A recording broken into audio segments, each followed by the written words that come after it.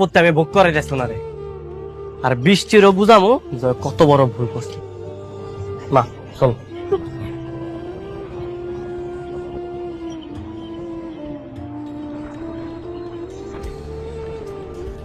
তুমি একটা ফালতু মহিলা, তোমার বুদ্ধিতে আমি রাস্তার ফকির হলাম।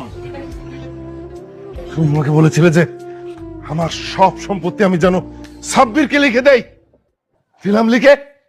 আর ওই হারামজাদা বলদটা কি করলো?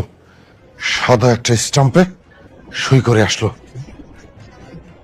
এখন আমি তো রাস্তার ফকির। ওই ফকিরনির বাচ্চা যদি আমার বাড়িতে এসে আমাকে ঘাট ধরে বের করে দেয়, আমার তো কিছুই করার থাকবে না। উফ! হ্যাঁ, চুপ! স্যার, ফিরোজ সাহেব তার মা জোর করে বাড়িতে ঢুকেছে, আমরা কোন রকম থামিয়েছি, এখন কি করব? কি করবে বুঝতে পারছো না?